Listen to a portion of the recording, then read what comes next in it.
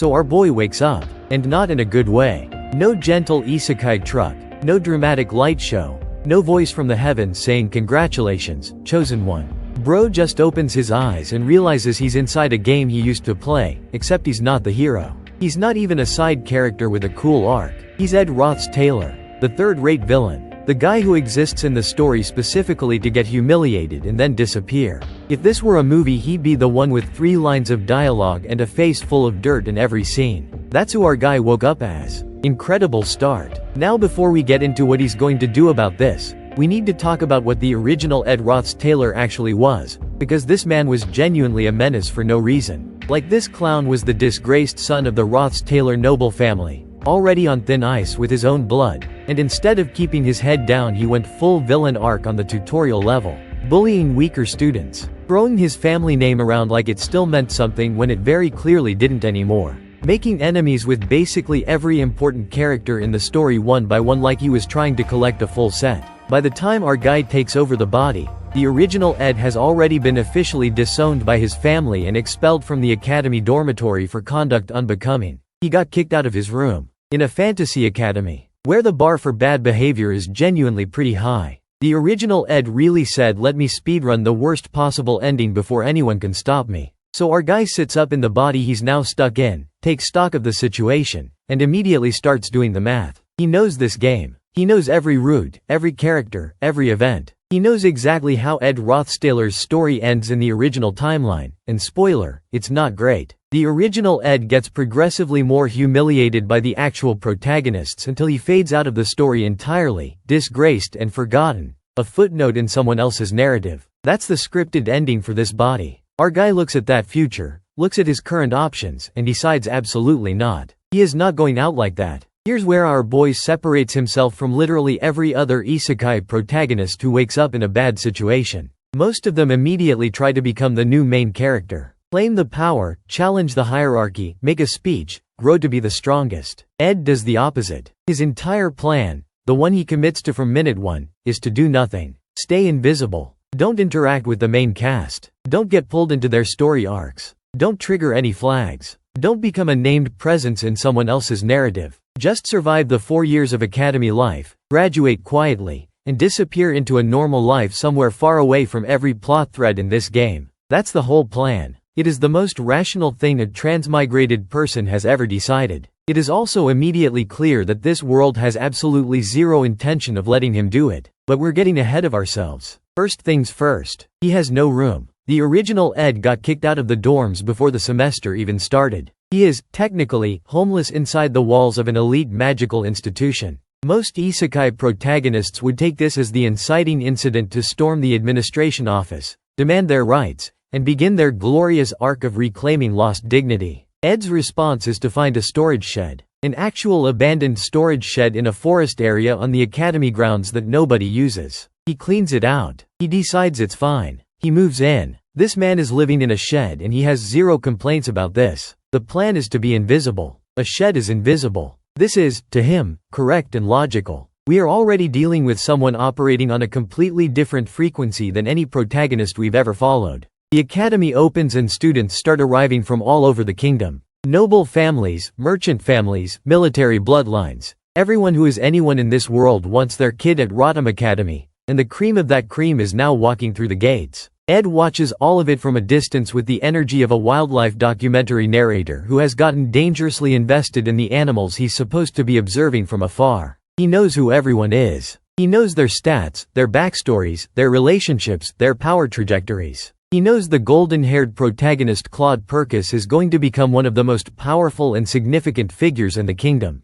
He knows the ice-cold prodigy Leshian Ashel is going to grow into something considerably more terrifying than she already is. He knows every major player in this game by name, face, and future. And his plan is to not talk to any of them. Not once. Just acknowledge their existence from a safe distance and exit stage left every single time they appear. This plan starts failing immediately. The first complication isn't dramatic. It's just class assignments. The academy posts its first-year cohort groupings and Ed already knew who he was going to be placed with. He ran the numbers on this before the semester started. His class contains multiple central characters. Violet, one of the story's heroines. A couple of the route's most prominent figures. Ed looks at his class assignment, looks at the roster, and has what can only be described as a quiet internal crisis that he immediately boxes up and stores somewhere deep because panicking does not help anyone. He attends the entrance ceremony. Every student in the first year gathers in the main hall. The academy's headmaster gives a speech about legacy and potential and the responsibilities of those given gifts. Ed listens to this speech, which he has essentially read the transcript of in the game's opening cutscene,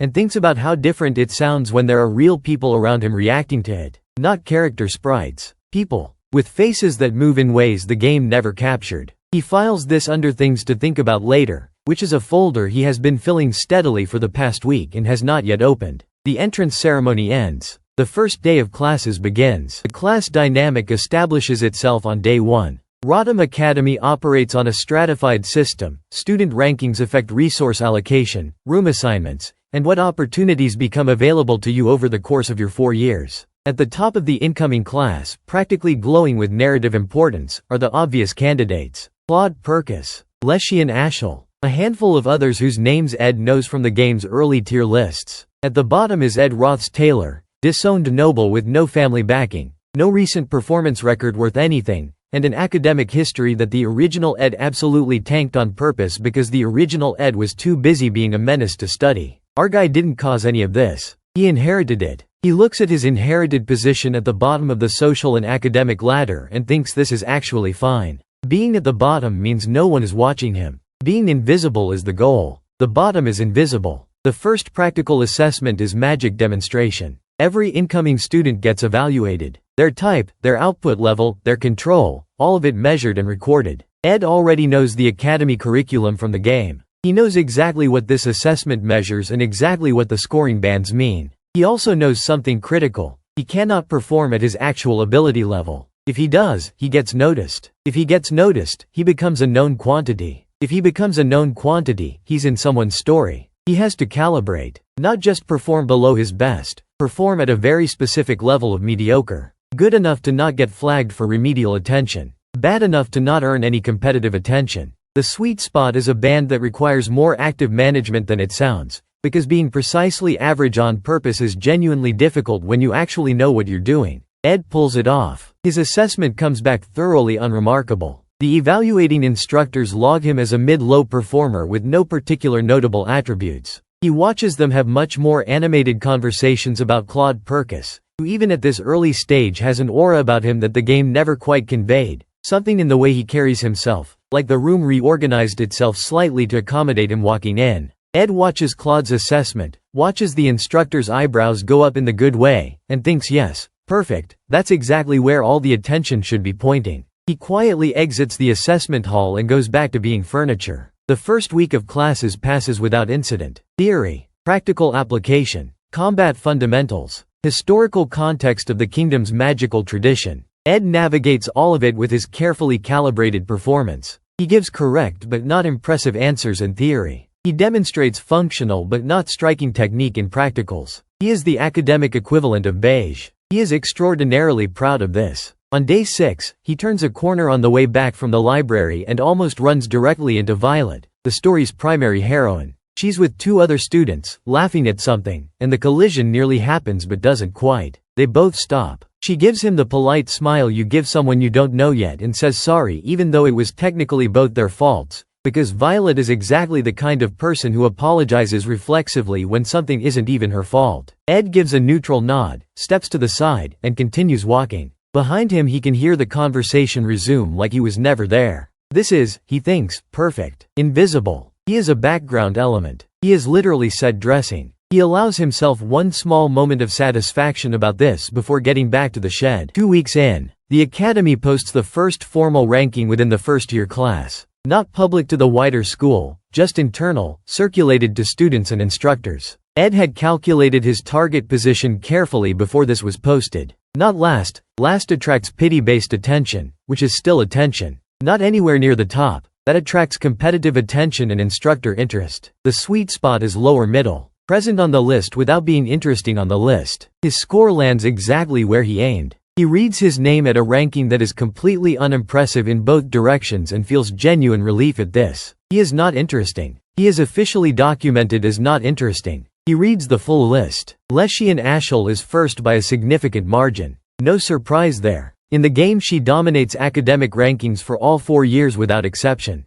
Claude Perkis is third, which, given that Claude is going to grow into one of the kingdom's most powerful individuals, is basically a compliment to whoever is first and second that he's already this close. The class exists in the uneasy configuration of first years figuring out where they stand relative to each other. Alliances forming and dissolving, everyone reading everyone. Ed reads none of it, because it isn't his concern. He goes back to his shed. The shed has become functional at this point. He's cleaned it thoroughly, organized what little he has, made it livable. He has a bedroll that is genuinely adequate. He has a small study area by the single window. He has library access during open hours, which accounts for most of his academic needs. He is, by any measure of physical comfort, fine. He would like everyone to stop looking at him like he isn't fine. The problem is that not many people are looking at him at all, which is the goal, so this isn't actually a problem. On day 16, a groundskeeper walks past the shed while Ed is inside, glances in through the open door, and then continues walking with the specific energy of a man who has decided something is not his department. Ed respects this deeply. On day 18, Leshian Ashel finds the shed. Let me explain who Leshian Ashel is,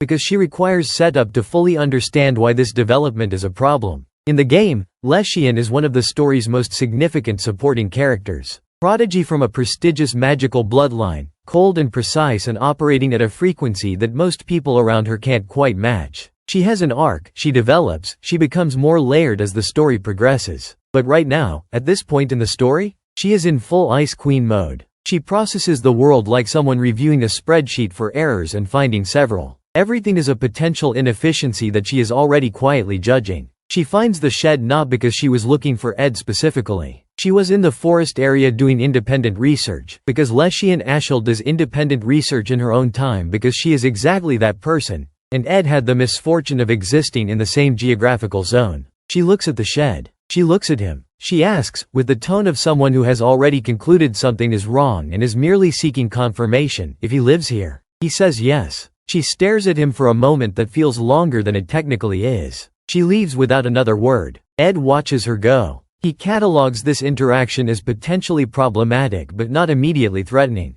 She's noted the shed. She's noted him in the shed. She has not done anything with this information yet. He files it and returns to being invisible. She comes back the next day. This time she has questions. Specifically about a magical theory that Ed demonstrated a basic version of during a class exercise. He gave a perfectly average performance, he thought. But even an average performance of this particular theory apparently caught Leshian's attention because it's not something most first years have even read the foundational texts for, let alone demonstrated. She has the instincts of someone who catches anomalies in data as a reflex. Ed being precisely mediocre in an unusual way was, to her specifically, an anomaly. Not a big one, just one that doesn't fit. He tries to deflect. She doesn't deflect. She asks her question clearly and waits for an answer with the patience of someone who has decided she is getting an answer and time is simply a resource she will spend until she gets it. He gives her the minimum information required. She considers this. She nods once. She leaves. Ed does not feel relieved. He feels like he narrowly escaped a flag being triggered and knows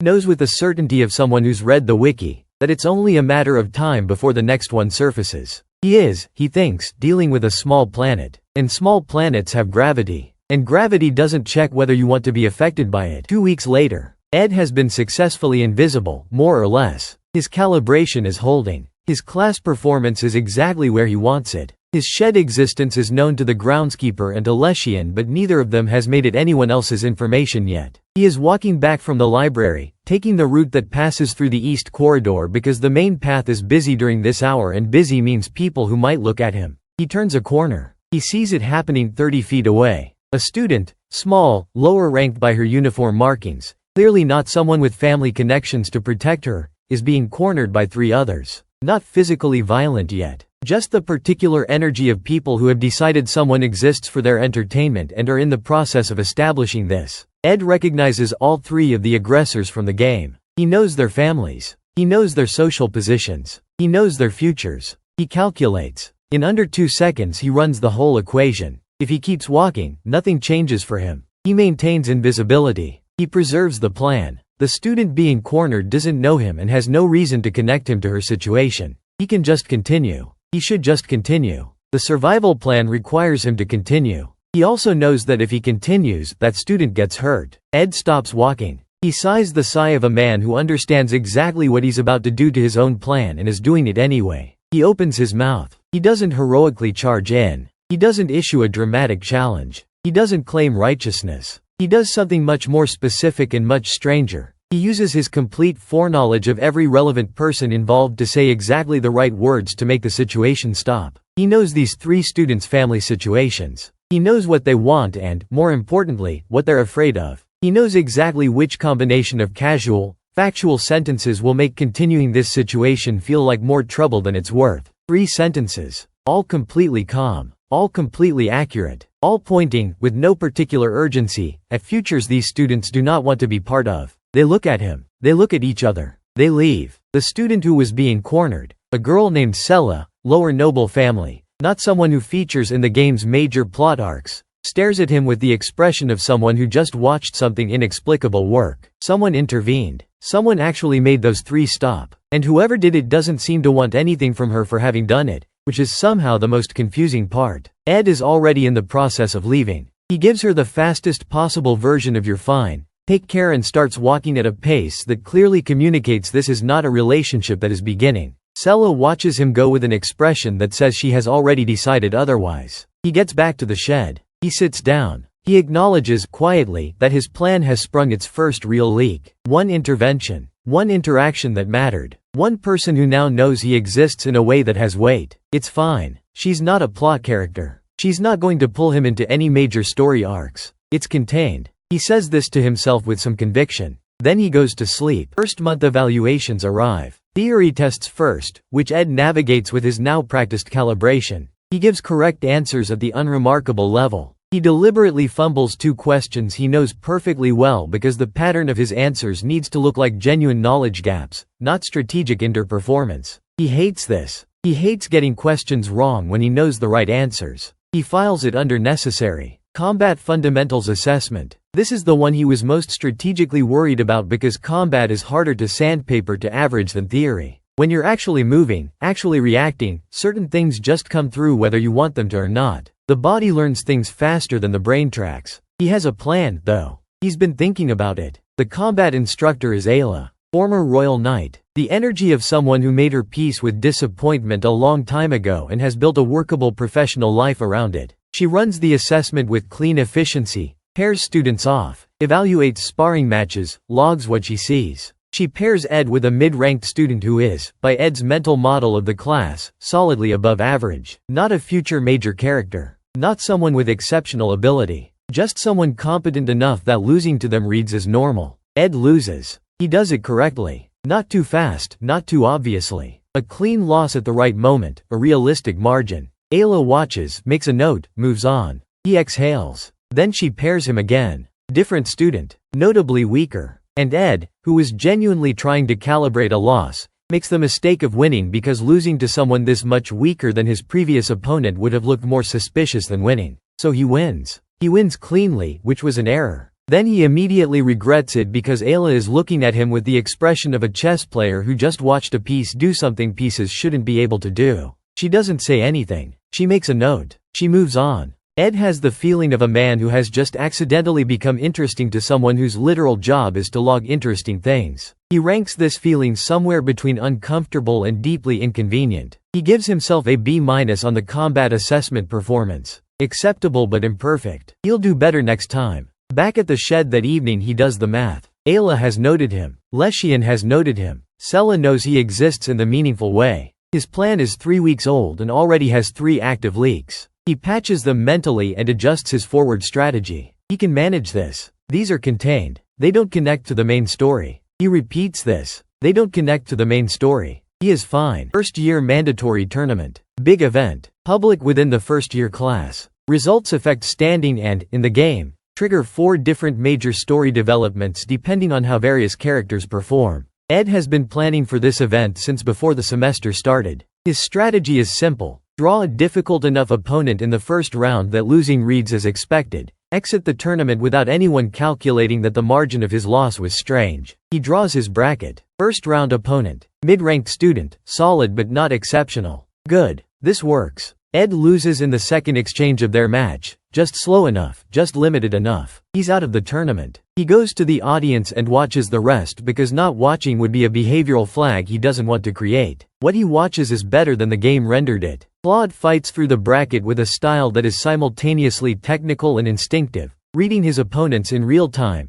adjusting mid-exchange, doing things that look improvised but require deep foundational knowledge to improvise from. He wins. He faces the class's current top-ranked fighter in the final. That fight goes long, longer than expected. Claude wins it. Ed watches this from the audience with the particular experience of someone watching a scene they know the ending of and discovering that knowing the ending doesn't actually diminish watching it happen. Claude wins in a way that's different from how the game suggested it would happen, more grounded, less flashy, and somehow more impressive for it. The class shifts around him after the win. Students who were waiting to figure out who matters have now figured it out. Claude is a gravitational center in a way that even last week he wasn't quite officially. Leshian is in the audience too, a few rows over. Ed doesn't look at her directly but he's aware of her in the way you're aware of weather. She watches Claude's final match with an expression that reveals nothing and, if you know how to read the specific nothing she's revealing, says quite a lot. Ed knows how to read it from the game's documentation. He watches this dynamic being seeded with the clinical detachment of someone who understands intellectually that these two people are going to have an extraordinarily complicated relationship over the next 4 years,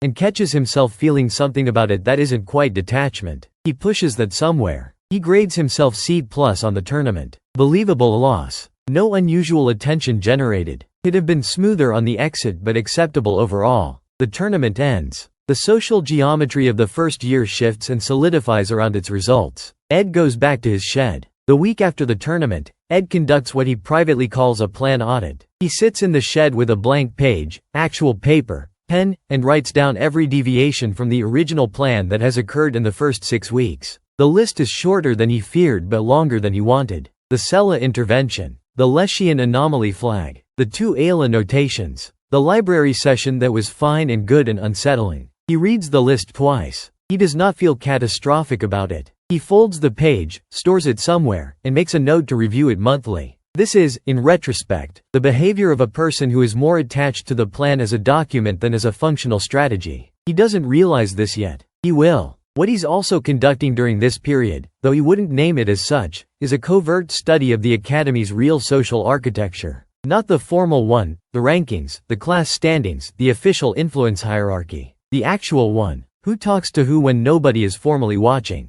Who the instructors actually respect versus who they're officially required to respect? Which spaces on campus have low visibility and which have constant traffic? He is, without intending to build anything useful with the information, becoming an expert in how this place actually works underneath its official presentation. This knowledge is, technically, dangerous to the plan. Knowing things about people creates the preconditions for being useful to people. Being useful to people creates connections. Connections create visibility. Ed knows this logic chain perfectly well and continues learning anyway because he is constitutionally incapable of being in a place and not understanding it. Second month of the semester. A professor named Helrin, brilliant once, currently very tired, teaching advanced practical magic application with the energy of a man doing his duty, assigns group projects. 3 weeks, collaborative. Ed reviews his assigned group. 2 mid-level students. Himself, Leshian Ashel. Ed stares at the assignment sheet for a long moment. Across the room,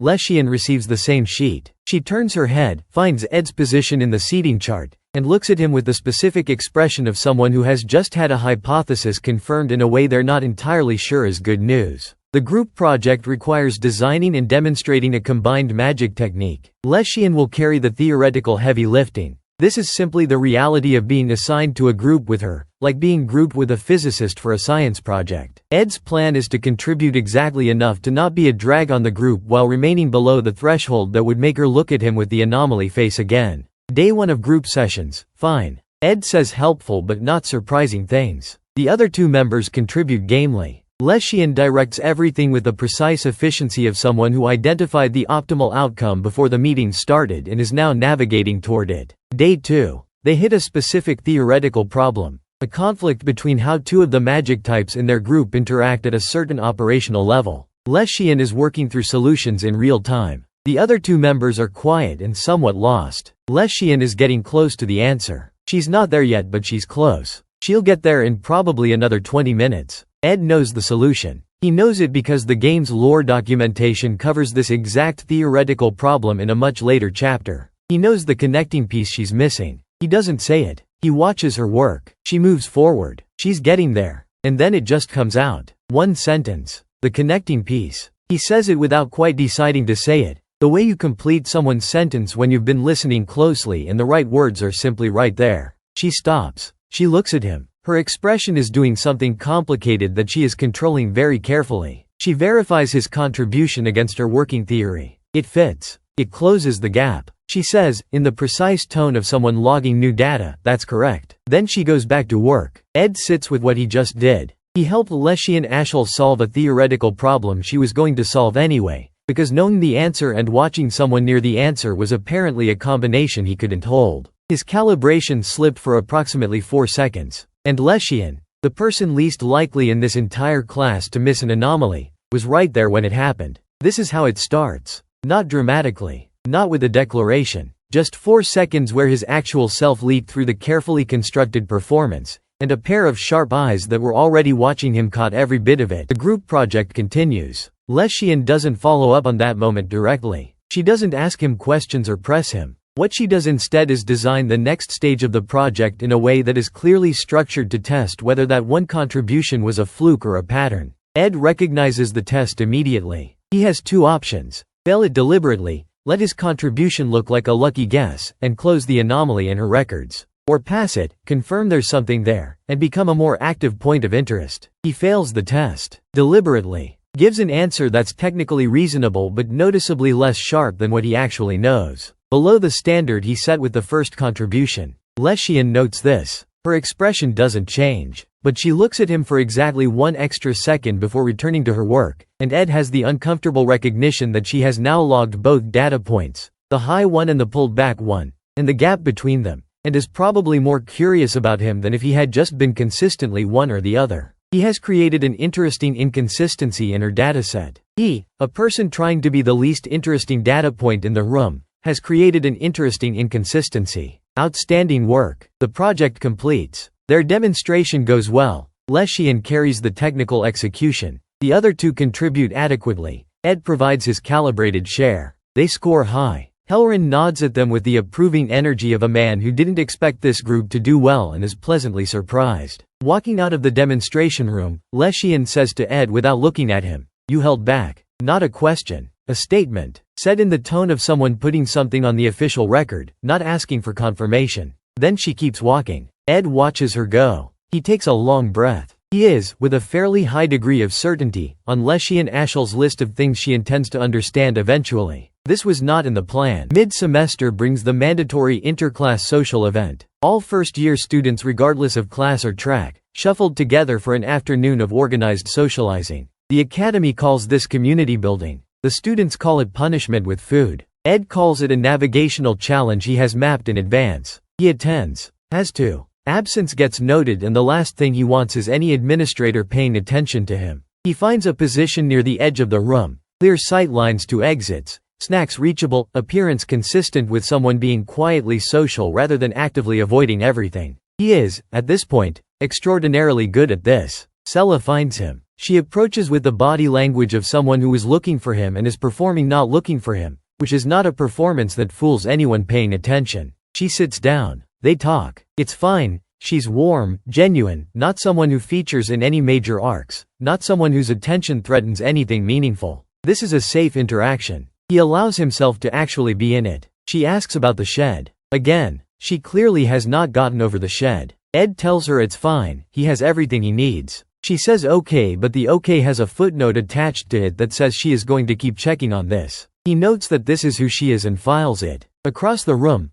Claude Perkis is doing what Claude Perkis does, which is existing at the center of every social space he enters while making each person he talks to feel like they're the one he most wanted to be talking to. Ed watches this from his corner. The game rendered Claude's social ability as a stat, a charisma score that affected certain dialogue options and relationship meters. The actual person standing across the room is operating at a different resolution entirely. Claude isn't charming in a performed way. He's genuinely interested in people. That's different. That's harder to manufacture and it comes through. Claude's eyes sweep the room and land on Ed for about half a second. Their eyes meet. Claude gives him a small nod, the kind you give someone you've noticed but haven't had occasion to talk to yet. Ed returns it. He looks away first. He returns his attention to Sella and keeps it there. The mixer ends. Ed marks it successful. He goes back to the shed. He does not think about the nod. On day 43 of the semester, Ed keeps a loose count not out of anxiety but out of the habit of someone who tracks things. He's in the library during the after-hours window he's been granted through a combination of legitimate academic request and the benefit of having no other demands on his evening.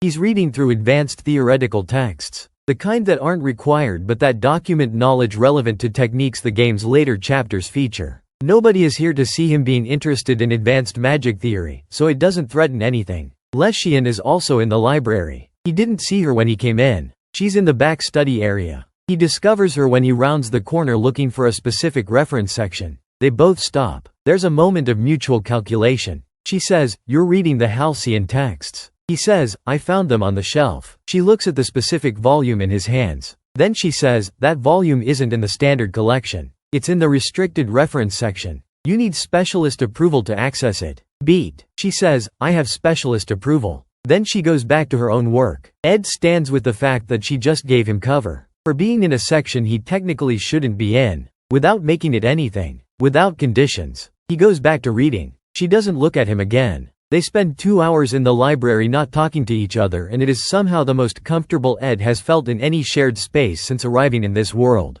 Not because of her, because no one is performing anything. He's reading what he actually wants to read. She's working on what she's actually working on. The room is just two people being present without an audience. He leaves first. She doesn't say goodbye. Neither does he. He walks back to his shed and sits with the unusual feeling of having had something that was genuinely comfortable, in the company of the person who is most likely to eventually identify him correctly. He files this under complicated. He makes tea. He goes to sleep. End of semester examinations. Ed has been planning for this for 2 weeks. Theory exams, practical assessments, combat final. All of it requiring calibration to land him in the lower middle, exactly where his standing has been all semester. He has a mental model of his classmates' ability levels that is, at this point, more accurate than the Academy's official records because he's been watching all of them without any of them particularly watching him back. Theory exams. Precise. He deliberately misses specific questions to pull his scores into the right band. He hates doing this. He files it under necessary every single time. Combat final under Ayla's evaluation.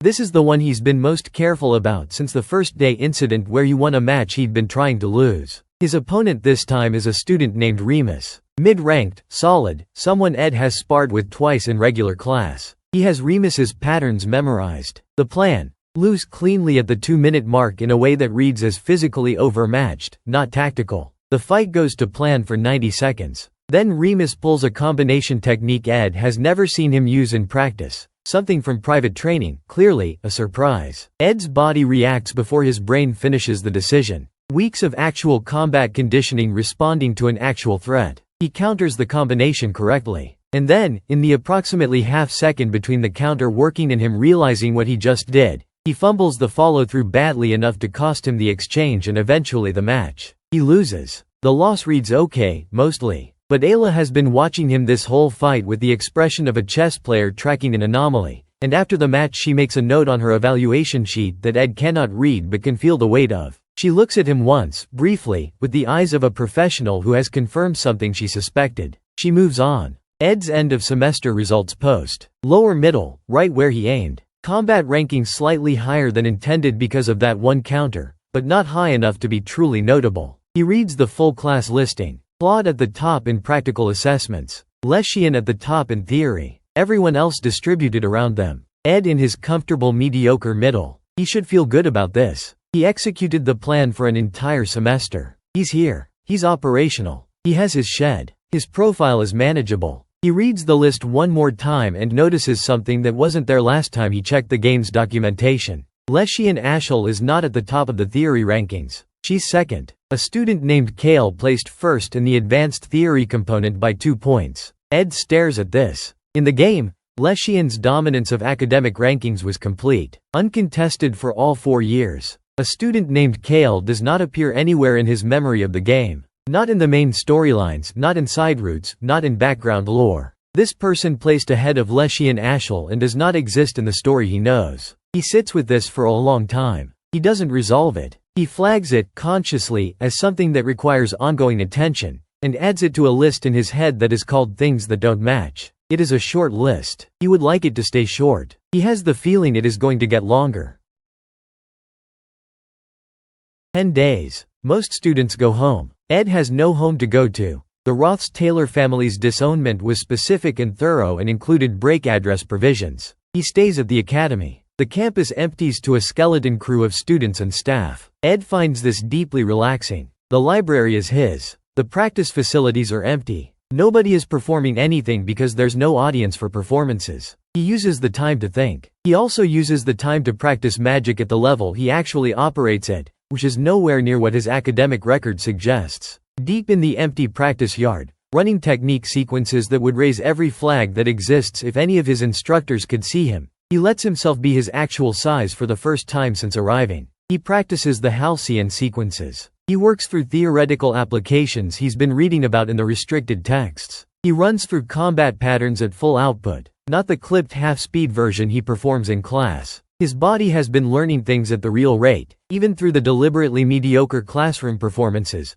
Muscle memory doesn't know it's supposed to be pretending. He has gotten better over this semester in ways that his file does not reflect. This gap, between what he is and what the record says he is, has been widening steadily since day one. He thinks about this during the break, about what it means to have an increasingly significant distance between the person and the documentation. In the game, characters had fixed stat lines. What you saw in the menu was what they were. No gap. Here, the gap is real and it keeps growing, and Ed isn't sure if this is a problem he's managing or a problem that is managing him. He is also, honestly, enjoying himself. Without anyone to perform for, without calibration required, without constant management of perception. He is just a person in a nearly empty academy, reading what he wants to read, practicing what he wants to practice, thinking without needing to hide what he's thinking. It's the closest thing to rest he's had since waking up in this body. He notes, with some interest, that rest turns out to feel like being himself. He is not sure what to do with this information. He stores it next to the other things he doesn't know what to do with. It is, he realizes on about day 6, quite a lot of stored things. It is, he realizes on day 7, practice yard, season turning, Claude Perkis at the gate, getting notably harder to pretend they're being stored safely. The halcyon third stage, something that requires months of deliberate practice to even approximate, much less execute cleanly.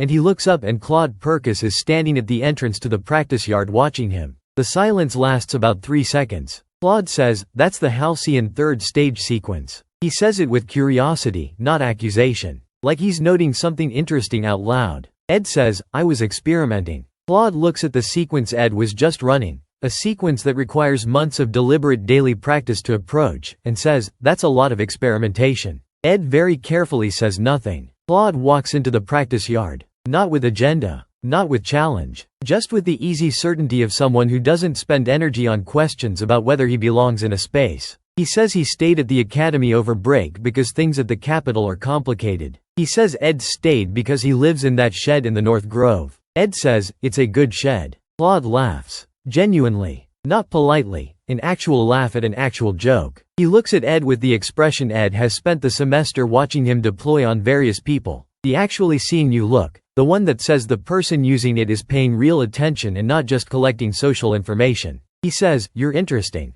Ed hears this and files it under problem. He says, "I'm really not." Claude smiles. He says, "Okay." He says it like someone who has logged that you said that and will return to it later. He asks if Ed wants to spar. Ed says yes because saying no would be behavioral and he can't afford behavioral right now. They spar. And sparring with Claude is different from sparring with anyone else because Claude adjusts in real time in ways that require Ed to also adjust, which means Ed's body keeps doing things that Ed's performance strategy didn't fully authorize. Their session ends without a clean decisive result, which was not in Ed's plan. He had planned to lose clearly and quickly. They spar for 40 minutes. At the end Claude asks if Ed wants to do it again tomorrow. Ed's survival plan says absolutely not. He hears himself say maybe. Claude accepts this with the smile of someone who heard yes. Ed walks back to the shed. He makes tea. He sits on his bedroll and thinks about the practice yard and about maybe and about the plan and about what the plan was built for versus what he's actually living. The plan is still the plan,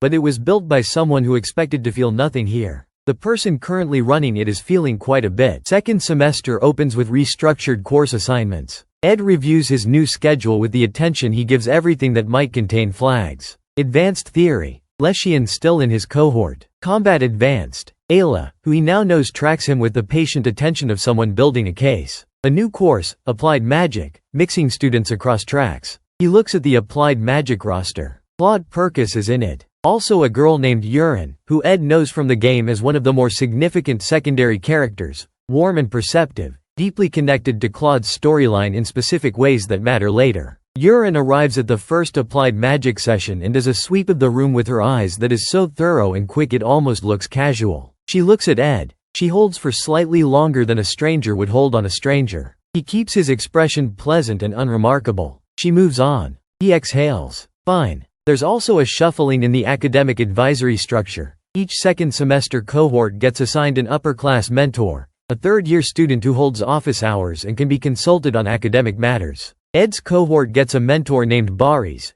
who is exactly as useful and forgettable as advisory mentors typically are, and who interacts with Ed a total of once in a brief check-in before apparently deciding Ed doesn't require additional academic guidance. This is correct. Ed doesn't. He thanks Baris genuinely for the brief check-in and returns to not being remarkable. What Baris's check-in does give him, entirely accidentally, is a moment of comparison. A third-year student talking to him without any of the recognition or re-evaluation that first years who know his file tend to bring. Baris doesn't know about the shed. Doesn't know about the Leshian group project. Doesn't know about the tournament or the forest incident. He just talks to Ed like a person he hasn't filed yet, and the experience of being talked to by someone with a completely blank read is surprisingly clarifying. This, Ed thinks, is what invisible actually feels like. He's been so busy managing the specific people who have started to see him that he forgot what being actually invisible to someone felt like. It's fine. It's just nothing. He realizes, stopped wanting nothing. Applied Magic is taught by Professor Delia, who has the aggressive enthusiasm of a scientist who has been told she's allowed to run actual experiments. She announces in the first session that this course is built around partner work. Partners are assigned not chosen, and assignments rotate every 3 weeks. Ed looks at his first partner assignment. Claude Perkis. He adds this to the column in his mental ledger titled Things That Were Not in the Plan. The column is getting long enough that he may need a second page. He sits down at the workstation next to Claude, who sits down next to him with the energy of someone who has been waiting for this assignment specifically. Claude says, "This is good." He says it like they already have a working relationship, which, the practice yard, the semester break sparring, the maybe that became a recurring session, they kind of do. Ed does not think too hard about this. Professor Delia launches the curriculum. Working with Claude is different from what the game suggested it would be. Claude's magic style in person operates in the space between technical precision and intuitive response, switching between them in real time as the work demands. Most people commit to one mode or the other. Claude runs both simultaneously in a way that is technically difficult and apparently natural for him. Ed watches their first joint exercise and finds himself genuinely interested in the mechanics of how Claude does this. He catches himself being interested in front of Claude Perkis and immediately recalibrates. He pulls his performance back slightly below best, just enough to not produce results that don't match his individual record. Claude watches him pull back. He doesn't say anything. He quietly adjusts the exercise structure in a way that requires less compensating on his end, a restructuring that would only make sense if he had noticed Ed pulling back and wanted the result to reflect something more like an even contribution. Ed looks at this adjustment. He looks at Claude. Claude is focused on the exercise with an expression that reveals nothing about whether he just did what Ed thinks he did. Their session ends. Their combined performance is solid. Professor Delia nods approvingly. Ed files it. Hale appears in the Applied Magic partner rotation. Ed gets a look at her properly for the first time. Quiet. Precise. The kind of person who is mostly resident in their own internal world, only partially manifested externally at any given moment. She works with exceptional accuracy. Ed watches her across the rotation cycle and revises his read on her ability upward. He also checks his memory of the game again. Nothing. Hale is absent from everything he knows. Not in major arcs, not in secondary storylines, not in the background documentation. She placed first ahead of Leshian in theory last semester, and she is completely outside the narrative he arrived knowing. This is the kind of discrepancy that has two possible explanations. The first is that the world he's living in is the game and Kale is just a background student the game didn't bother to document. The second is that the world he's living in is not quite the game, that the game was a simplified version of a real place, and the simplification left some things out, possibly many things. If the second is true, then his map, the complete foreknowledge he's been running his entire survival strategy on, is a map of a different, flatter version of the territory he's actually moving through. It might be mostly accurate. It might have large gaps he hasn't hit yet. Ed does not have an answer to this. He flags it. He keeps watching. He adds it to the list that he has started to privately think of as the real problem. Outside of course assignments, the second semester's social geography is settling into the configurations it will hold through the year. Claude's orbit has solidified, a small group of people who have become genuinely close to him, not just socially proximate. Leshian continues to operate independently but interacts with Claude with the specific temperature of two exceptionally capable people who have decided each other is worth taking seriously. Ed watches this dynamic building from the outside with the experience of someone watching a scene he knows from another angle, and keeps noticing the gap between the angle he knows it from and the one he has now. Sella has become, in a quiet accumulation of small interactions, part of his actual daily life. She studies near him in the library sometimes. She asks for help when she's stuck, at his actual ability level, not his performed one, because there's no cover reason to give her a worse answer than she needs.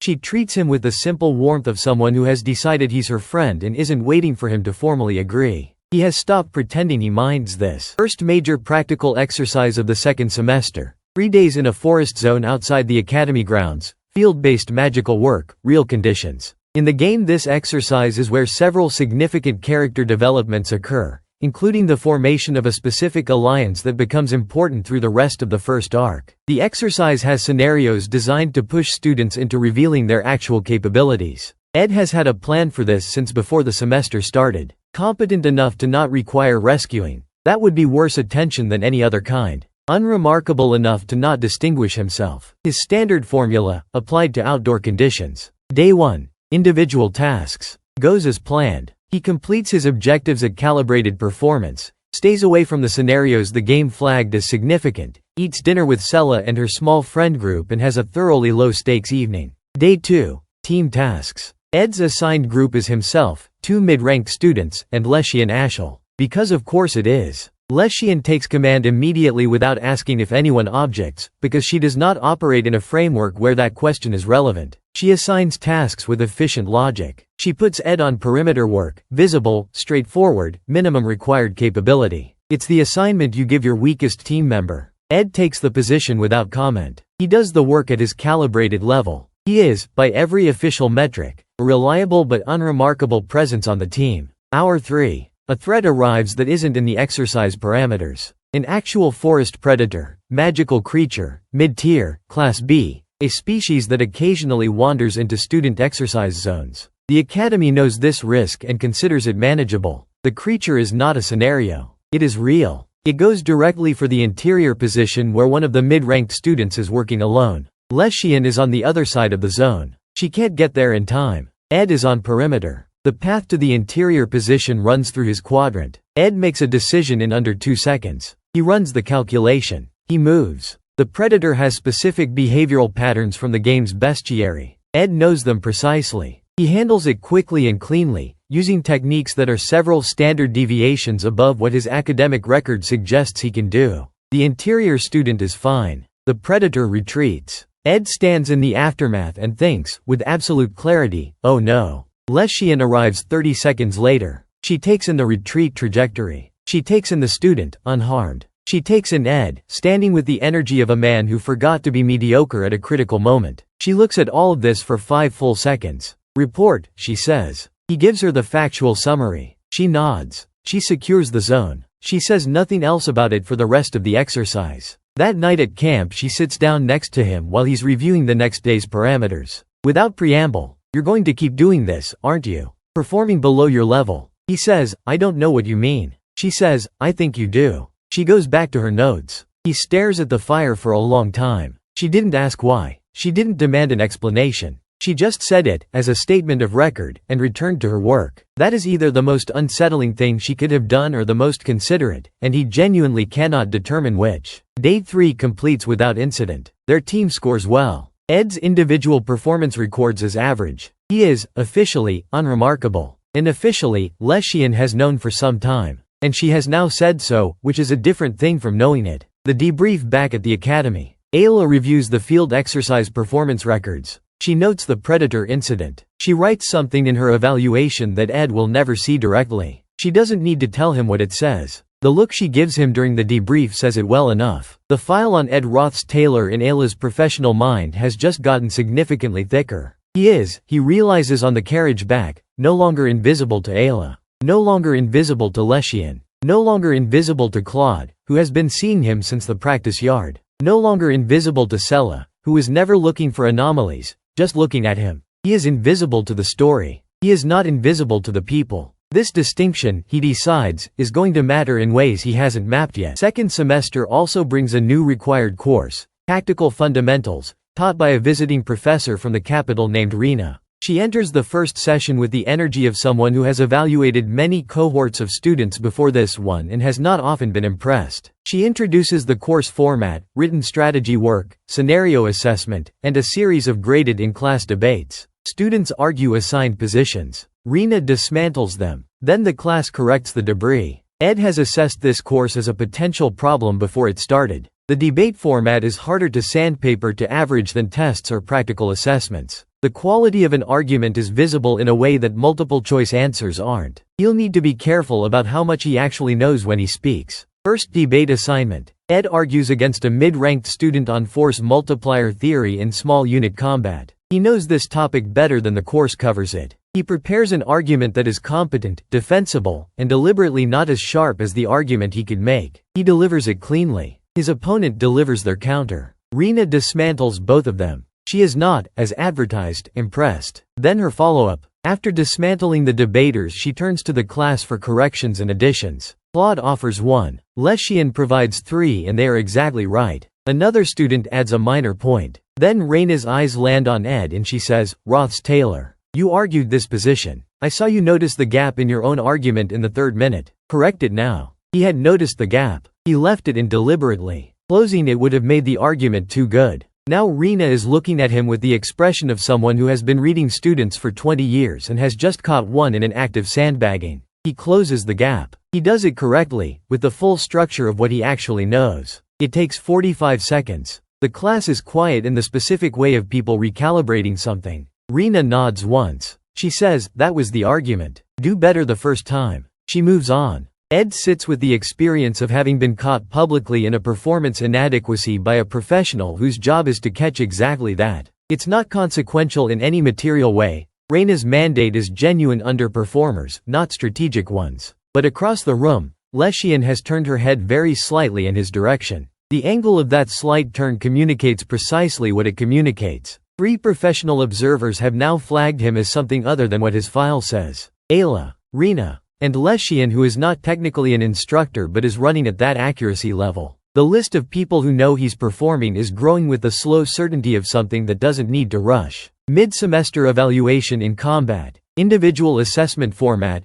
objective benchmarks, no opponent to lose to. Ed cannot take a dive. He has to actually complete the challenges at minimum threshold or above without exceeding the level his record suggests he operates at. He walks the tightrope. He lands in low acceptable. He holds the line. Ayla calls him over after the scores process. She shows him his results. She says his decision-making scores are his highest component. She says he's faster than his movement scores suggest he should be. She asks if he's carrying an injury they should know about. It's an out. A clean, legitimate, easy out. Ed could take it. Chronic minor something. Documented. An official explanation for the inconsistency. It would close the flag. He looks at Ayla. He thinks about who she is, not a game character, not an antagonist. A professional being genuinely careful with a student she's concerned about. She's not trying to catch him. She's trying to make sure he's okay. He says, no injury. I'll do better next assessment. She looks at him. She says, okay. She marks him through.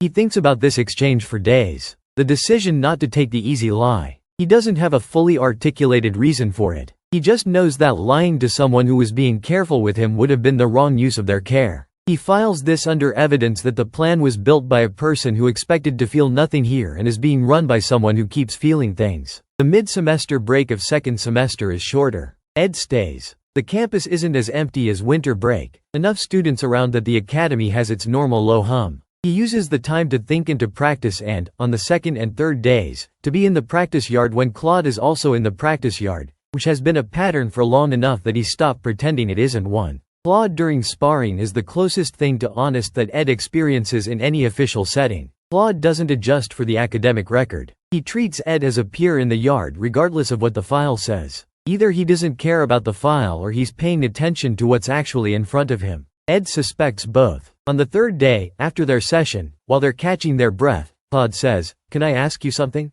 Ed says sure with the feeling of someone walking toward something he can see clearly and is walking toward anyway. Claude says, "Why are you here? At this academy? The way you're moving through it." Ed says, "To graduate." Claude looks at him with the expression of a person who heard an accurate but insufficient answer. He says, "That's honest. Then, I think you're capable of a lot more than the way you're presenting. Not as a challenge, not as pressure, just as an observation he's decided to share. People get a lot of trouble for being capable," Ed says. Claude is quiet for a moment. Then, "Yeah, they do," in a way that suggests he understands this from a personal angle. Then, "I'm not going to push. Just, you can be yourself here. At least with me." Ed sits with this for a while. He thinks about what be yourself here means when the self in question is a person who isn't supposed to be the person he is, in a body that was supposed to be someone else, in a world that was supposed to be a game. He says, "I'll think about it." Claude nods. Doesn't push. They spar one more round. Ed calibrates slightly less than usual. It's a small difference. Claude probably notices. Doesn't comment. Ed walks back to the shed. Makes tea. Looks at the ceiling. Thinks about 4 years and what 4 years means when you spend them being no one, and whether no one is actually survivable or just theoretically survivable from a planning document. The plan is still the plan. But the plan was built for a game. The people around him are not game characters and keep proving this in ways that compound. The shed is home now, genuinely. The library after hours is something he looks forward to in a way he didn't expect. The practice yard sessions are something he would miss if they stopped. Sella asking about the shed is something he would miss. He sits with this and lets it be true. He doesn't change the plan. He adjusts it. The goal is graduation, still quiet, still under the story's radar. But the absolute stringency, the no connections, no engagement, no being seen, that relaxes, by exactly the degree that reality has already forced it to relax. He's not changing anything that hasn't already changed. He's just acknowledging what is. It feels, when he lets himself acknowledge it, like the most important thing he's done since waking up in this body. Third year of the narrative. Second year of the academy. Ed knows what second year contains. First year was setup, characters established, dynamics seeded, tensions created. Second year is when those tensions begin producing heat. This is when the game's first major arc accelerates toward its most significant event. This is when the incident at the Northern Tower happens. Ed has known about the Northern Tower since day one. He has been planning around it since before the semester started. In the original game, this is where Ed Rothstailer's arc concludes entirely. He is peripherally but critically involved in a chain of decisions that leads to irreversible consequences, becomes a footnote, gets written out of relevance. It is, in the game's structure, his exit scene. He is not going to be at the Northern Tower. He has mapped the timeline. He knows the approximate window. He has a legitimate academic reason to be on the other side of campus during the critical period. A reference request for independent study, which Leshian has, in a development that surprised him, begun to occasionally participate in. She doesn't call it collaboration. She shows up when she shows up, contributes what she contributes, and leaves. It is both transactional and the most genuine academic relationship he's had here. New course. Tactical Fundamentals has continued into second year and Reina's sessions have settled into a rhythm where Ed has learned to give arguments that are correct and solid but not brilliant, which is a narrow band to maintain when the standard of debate in the room is getting higher. He manages it. Reina watches him with the look of someone who has accepted she is not going to get the full version of this student but is noting everything she does get. The second year brings a visiting lecturer in advanced theory who produces the most interesting single-class session Ed has attended, a lecture on the foundational mathematics of combined magic that maps almost exactly to a theoretical framework Ed read about in the Halcyon texts during his library access. He knows where this framework goes, what it eventually proves, what comes after it. He sits in the lecture and listens to a professor work toward a conclusion he already knows and feels the specific frustration of someone who cannot demonstrate this without explaining why they know it. He keeps his mouth closed. He takes accurate notes at the level of the lecture. He thinks. The Kale anomaly continues.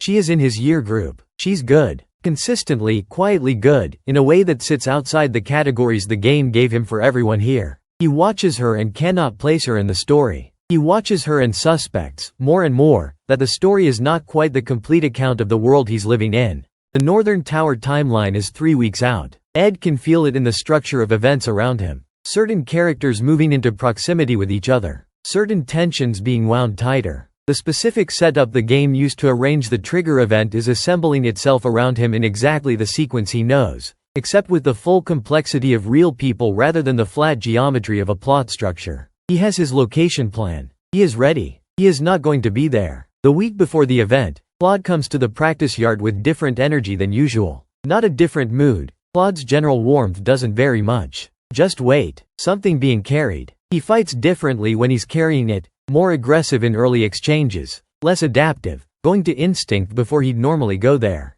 Ed matches him through the session at a level he stopped pretending to calibrate sometime in the middle of the second year. They spar at whatever level the moment requires now. He doesn't remember exactly when this stopped being a performance. It happened gradually. After, breathing hard, Claude says, "You know the tower event is coming." Ed keeps his face very still. He says, "What tower event?" Claude looks at him. Come on. Warm. Direct. The just saying what he means that Ed has been watching him do all year and has stopped finding only difficult. You know things. You have since the first day. I don't know how and I'm not asking how. But you know how this place works in ways that go beyond living here for a year and a half. He pauses. There's going to be an incident at the Northern Tower. People are going to get hurt. I think you know something about it. Ed is quiet for a long time. He thinks about the plan. He thinks about Invisible. He thinks about the tower and what it means for the story and what it means for the people who are in it. He thinks about Claude, standing here, having just said I don't know how and I'm not asking,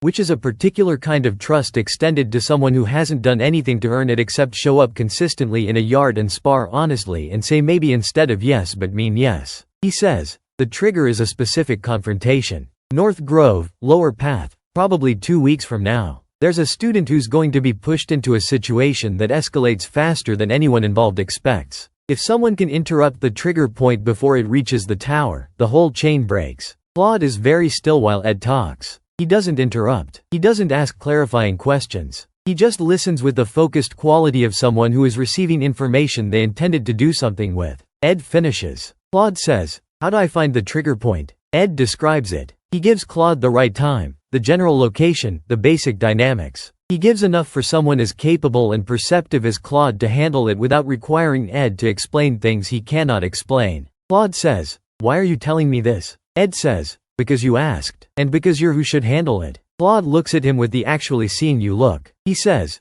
"You could have just let it happen." Ed says, "Yeah." Claude nods. He doesn't push for more. He says, "I'll take care of it." Then he starts to leave, and stops, and turns back. He says, "Ed, whatever you're carrying, whatever the reason for all of this, you don't have to carry it alone." Simply. Not a plea. Not pressure. Just a fact he's decided to state. Then he leaves. Ed stands in the practice yard alone for a while after he's gone. He looks at the sky above the academy, the particular clear sky of a season turning. He thinks about alone as a goal. He's been treating solitude as protection, strategic distance, necessary separation. The thought of being less alone has been building for 2 years against every intention. It sits in his chest like something warming up. He goes to his shed. He makes tea. He sits with what he just did. He told Claude about the tower incident. He stepped into the story. Not as the protagonist. Not claiming any main role. But as something. A person with a specific piece of information who made a decision about whether to use it. He made the decision. The plan survives this, technically. He's not the center. He's not claiming anything he wasn't supposed to have. But he's no longer pretending he's not here. He has been here. He is here. And the here is bigger than the shed, bigger than the careful daily performance of absence. It is measured in practice yards and late library nights and a girl who keeps checking on the shed and a cold prodigy who gives him cover without conditions and a golden-haired protagonist who says you don't have to carry it alone like it's simple. He is here. 2 weeks later, the Northern Tower incident does not happen. Or rather, the trigger event happens, and Claude is there. And Claude handles it with the specific competence and instinct that was always going to be his once pointed at the right target. 3 students who were in the wrong place at the wrong time are redirected. The escalation that was supposed to reach the tower dies at the lower path, cleanly, without catastrophe, without anyone becoming a footnote in their own life. Ed hears about it the way he hears most things,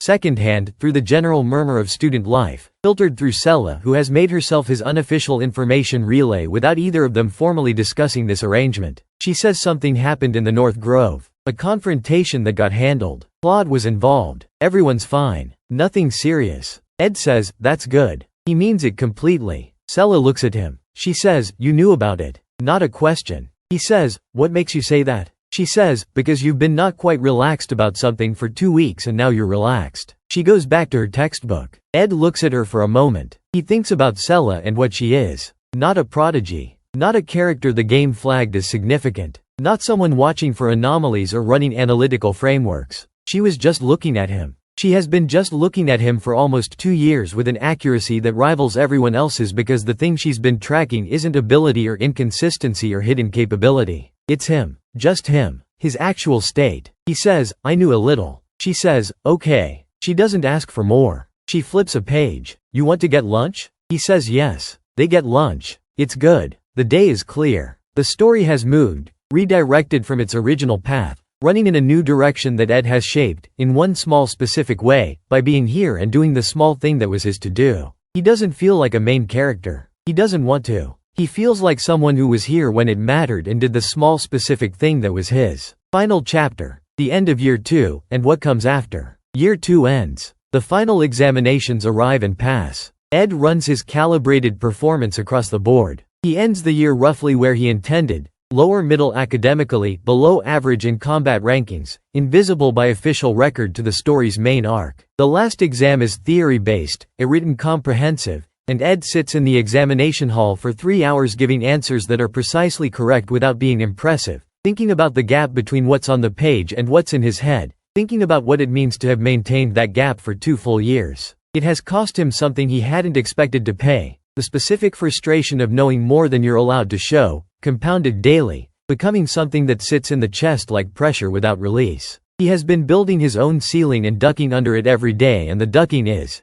he acknowledges for the first time as he hands in his examination, exhausting in a way he kept not naming. He hands in the examination. He walks out of the hall into the early summer air. He stands outside for a moment and just breathes. But Claude knows something now. He knows it specifically and has decided it doesn't change anything about how he treats Ed, which says everything about who Claude is. Leschian has known longer and has never once used it against him, which says everything about who Leschian is. Ayla watches him with the patient attention of someone who has closed a file she knows she'll reopen. Sella has been reading him correctly since month 2 and treats this as simply the normal context of their friendship. Rina has caught him in a deliberate performance gap and moved on without making it punitive. He is not invisible. He is not in the story. He is in the part of the world that the story didn't bother to write. The part that exists between the plot beats. In the sheds and the late library sessions and the practice yards during semester breaks. In the lunches and the small conversations and the tiny moments of actually being seen that no game writer put in the script because they were too small to look important. He has been living there. It turns out to be quite large. Third year starts in 3 months. Ed knows what third year contains. He has his plan, updated, annotated, somewhat loose around the edges in ways he has stopped trying to completely fix. He has his shed. He has his people. Sella. Claude. Leschian in the complex specific way she is present. All careful edges and genuine attention given in forms that don't look like what they are until you know what you're looking at. He has his foreknowledge and his increasing uncertainty about how well that foreknowledge actually maps to the world he's walking through. He has the question of Kale, unresolved. He has the question of himself, ongoing, perhaps permanent. He is Ed Roth's Taylor. He was the third-rate villain. He was supposed to disappear. He is still here. And sitting in his shed on the last evening before the summer break empties the campus, tea cooling on the stone, the late light coming through the small window, the trees outside starting the slow visible work of the season changing, he allows himself something he's been denying for 2 years, the acknowledgement that this is not nothing. This specifically. Not the survival. Not the execution of the plan. This. The shed that is home. The people who see him. The practice yards and the library nights and the lunches and the small conversations that nobody scripted. He came here to survive. He has been, stubbornly and inconveniently and somewhat against his own design, learning to live. The plan continues. The plan has always continued. But plans are living documents, and the document he started with, the original plan, pristine and uncompromised, designed for a game, is now covered in annotations. Corrections. Revisions made in real time under pressure with incomplete information. Which is, when you look at it clearly, what everyone around him is also doing. Which might be the point. He makes a second cup of tea. He opens the advanced text he's been working through. The fire in the heating stone throws warm light across the walls. Outside, the story is happening without him, which was always the goal, which feels, somehow, like something other than the simple victory he planned for. He reads. He thinks. He breathes. He is here. For now, that is enough. And the enough, which started as a floor, just survive, just last, just make it through, has been quietly becoming something else. Not a ceiling this time. More like ground. Ground you can stand on. Ground that holds. The plan was always about making it through. He is starting to think about what happens after through. He is starting to think that after might be something worth moving toward, not just something to reach by process of elimination. He doesn't have that figured out. He's 2 years into a 4-year sentence that has somehow started feeling less like a sentence. He has a shed and some people and a morning cup of tea and a list of things he knows about this world that he isn't finished figuring out what to do with. He has 3rd year ahead of him, which the game said would be the hardest stretch, which he has learned by now to wait carefully because the game was right about the shape of things but not always the substance. He has himself, which sounds like a small thing to list. It is not a small thing. When he woke up in this body 2 years ago he had nothing. He had foreknowledge and strategy and the survival plan and none of that was himself, exactly. That's been accumulating in the gaps. In the library nights. In the practice yards. In the moments he gave the real answer instead of the safe one. In every small choice to be here, actually here, rather than performing in absence. He puts down his tea. He opens his book. The fire in the heating stone is steady and warm. Outside the window the academy is quiet. The story is somewhere out there, continuing without him at its center, which was always the goal, which is still good, which he holds alongside the knowledge that he is also somewhere out there, somewhere in the margin of it, taking up space, being real. That's where he lives. In the margin, in the shed, in the in-between places the story didn't think to write. It turns out to be a decent place to be. He reads. He is here. 3rd year starts in 3 months, and Ed Roth's Taylor, who is supposed to be a footnote, who is supposed to disappear, who is supposed to be the extra, is still here, still reading, still thinking, still entirely himself. Quietly. On purpose. That's the thing about the extra's survival guide. It wasn't about the game. It was never about the game. It was about figuring out that living in someone else's story, in the margins, in the places they didn't light up, you can still be the main character of your own quiet life. A small, careful, genuine one. The kind that doesn't get written down but gets lived. End of year 2. End of chapters 1 through 20. See you in 3rd year.